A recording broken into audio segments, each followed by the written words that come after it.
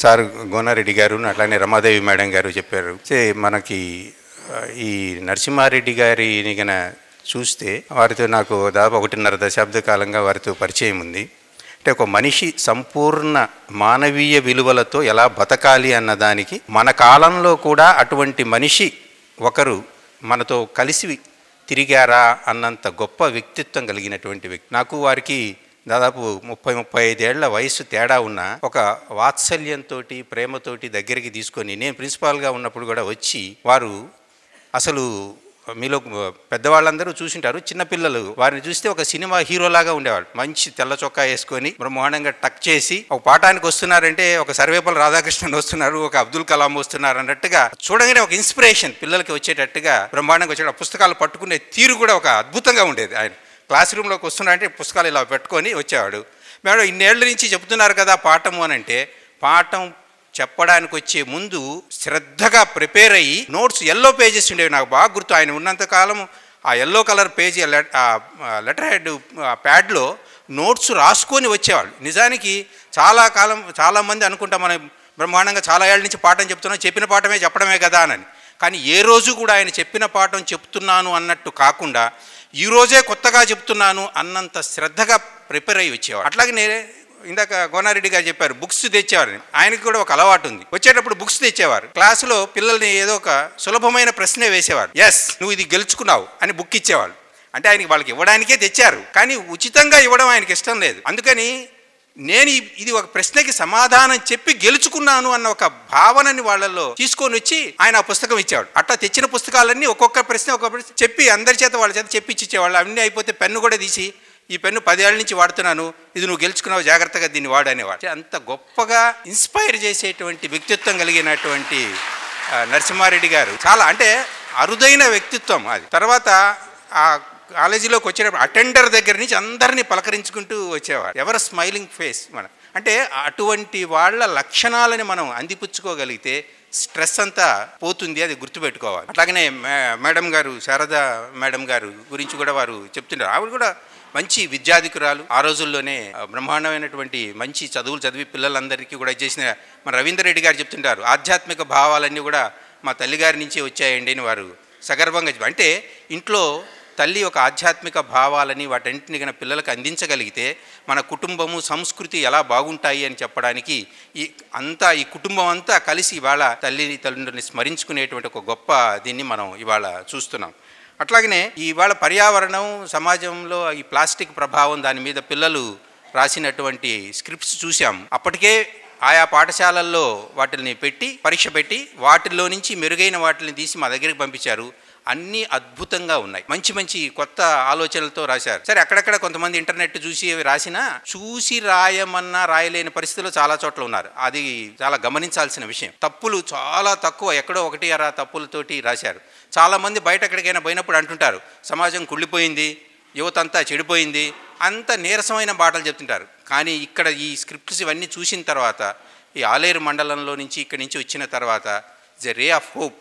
లేదు మళ్ళీ సమాజంలో బ్రహ్మాండమైనటువంటి ఒక కొత్త నవతరం రాబోతున్నది మంచి ఆలోచనలతోటి అనేటువంటి ఒక గొప్ప ధైర్యాన్ని మీరు రాసినటువంటి ఆన్సర్ షీట్స్ అన్నీ కూడా ఇచ్చాయని నేను సగర్వంగా చెప్పగలను. కాబట్టి నీరసానికి నిరుత్సాహానికి ఎలాంటి తావు లేదు, అద్భుతంగా రాస్తున్నారు మీరు. కాబట్టి ఇదే రచనా వ్యాసంగాన్ని మీరు ఇచ్చేయండి. మేము ఇవాళ జర్నలిజం కాలేజీ ప్రిన్సిపాల్గా ఉన్నామంటే మీరు చూసేటువంటి మీడియాలో వాళ్ళు రాసేటువంటి స్క్రిప్ట్లన్నిటికీ కూడా వాళ్ళ చేత ట్రైన్ చేయించేవాళ్ళం. దాంట్లో ఎన్ని తప్పులు వస్తున్నాయో మీరే చూస్తున్నారు. కాబట్టి భవిష్యత్తులో వచ్చేటువంటి తరాలన్నీ కూడా భాష మీద మంచి పట్టుతోటి బాగా రాయగలిగితే అంతకంటే కావాల్సినటువంటిది ఏమీ లేదు.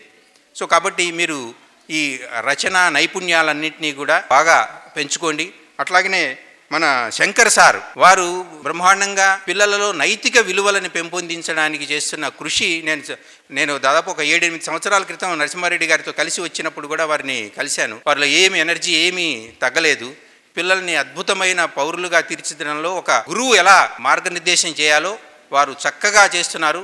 ఒక జిల్లా మన ఆలేరు లాంటి చోట ఇదేదో చిన్న ప్రదేశము మా కార్యస్థానానికి సరిపోదని అనుకోకుండా వారు ఆలేరులో మంచి ఆణిముత్యాల లాంటి పిల్లల్ని తయారు చేయడమే కాకుండా చుట్టుపక్కల ఉండేటువంటి పాఠశాలల ప్రధానోపాధ్యాయుల్ని వాళ్ళందరినీ కూడా చాలా ప్రభుత్వ పాఠశాలలు పార్టిసిపేట్ చేసినాయి. వాళ్ళందరూ ఆ ప్రధానోపాధ్యాయులందరికీ కూడా పేరు పేరున ధన్యవాదాలు తెలియజేసుకుంటున్నాం. అట్లాగనే ఇవాళ వీటిని ఇందాక చెప్పారు గోనారెడ్డి గారు, మనం చెప్పడమే కాదు ఆచరించేటట్టుగా ఉండాలి అని. కాబట్టి మీరందరూ కూడా వీలైనంత తక్కువ ఈ ప్లాస్టిక్ని మీ రోజువారీ దినచర్యల్లో వాడడానికి ప్రయత్నం చేయండి.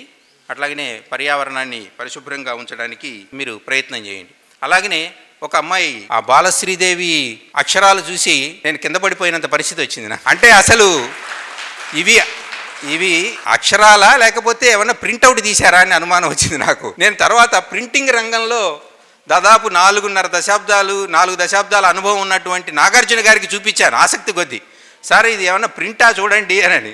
వారు కూడా షాక్కు గురయ్యారు. అరే ఇంత ముచ్చటగా ఎలా రాయగలుగుతున్నారు అనేది పిల్లలు. సో కాబట్టి చాలామంది పిల్లలు కూడా బాగా రాశారు, వాళ్ళలో ఇంకొంచెం బాగా రాసి అందరిని ఆకట్టుకున్నారు.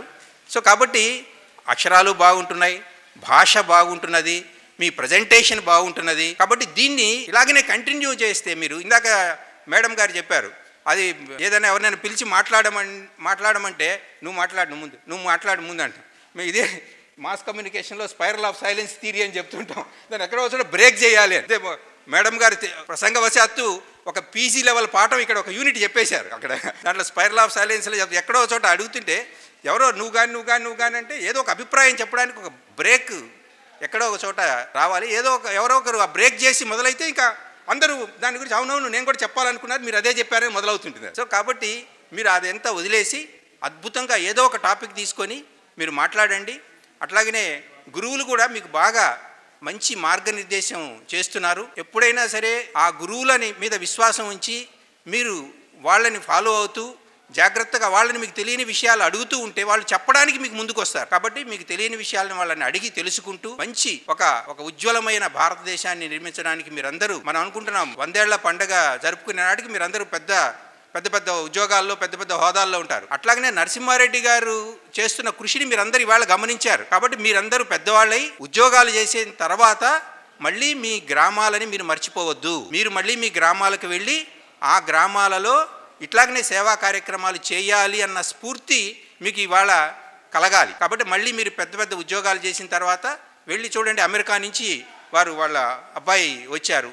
అట్లాగనే రమా మేడం గారు నల్గొండ జిల్లాలో వాళ్ళ ఊరికి వెళ్ళి అక్కడ విద్యార్థుల్ని మోటివేట్ చేయడానికి ప్రయత్నం చేస్తున్నారు. సో కాబట్టి ఇలా ఎవరి రంగాల్లో వాళ్ళు కృషి చేస్తున్నారు కనుక మీరు కూడా రేపు దీన్నే ఫాలో అయ్యి రేపు మీ గ్రామాలలో ఇంకొకరికి చేయూతనివ్వడానికి కృషి చేస్తే మనం ఒక అద్భుతమైనటువంటి సమాజాన్ని నిర్మించడానికి అవకాశం కలుగుతుంది. అలాగనే మన రవీందర్ రెడ్డి గారు వీరు సివిఎన్ పబ్లిక్ రిలేషన్స్ ఫౌండేషన్ పేరుతో ఒక తట్టు మీడియా రంగంలో ఉండే వాళ్ళకే పెద్ద ట్రైనింగ్ ప్రోగ్రాములు అరేంజ్ చేయడం అదొక వంతున అది చేస్తున్నారు. రెండో వైపు ప్రింటింగ్ టెక్నాలజీ రంగానికి సంబంధించి వారు అద్భుతాలు సృష్టిస్తున్నారు. మూడో వైపు గ్రామానికి ఏం చేయాలి, విద్యార్థులకు ఏం చేయాలి, రేపటి తరాన్ని ఎలా నిర్మించాలి అనేటువంటి ఇన్ని కార్యక్రమాల్లో బహుముఖీనంగా వాళ్ళు కొనసాగిస్తున్నారు. కాబట్టి వాళ్ళందరికీ మనందరి తరఫున హృదయపూర్వక ధన్యవాదాలు తెలుపుతాం. అట్లాగనే ప్రతి ఒక్కళ్ళు కూడా సమాజంలో ఇలాగైనా చేయూతనివ్వగలిగితే ఇక సమాజంలో గొప్ప మార్పుని సాధించగలుగుతాం. కాబట్టి ఈ అవకాశం ఇచ్చినటువంటి సివిఎన్ ఫౌండేషన్ వారికి ధన్యవాదాలు తెలియజేస్తూ మీ అందరికీ అభినందనలు తెలియజేస్తూ సెలవు తీసుకుంటున్నాం. నమస్కారం.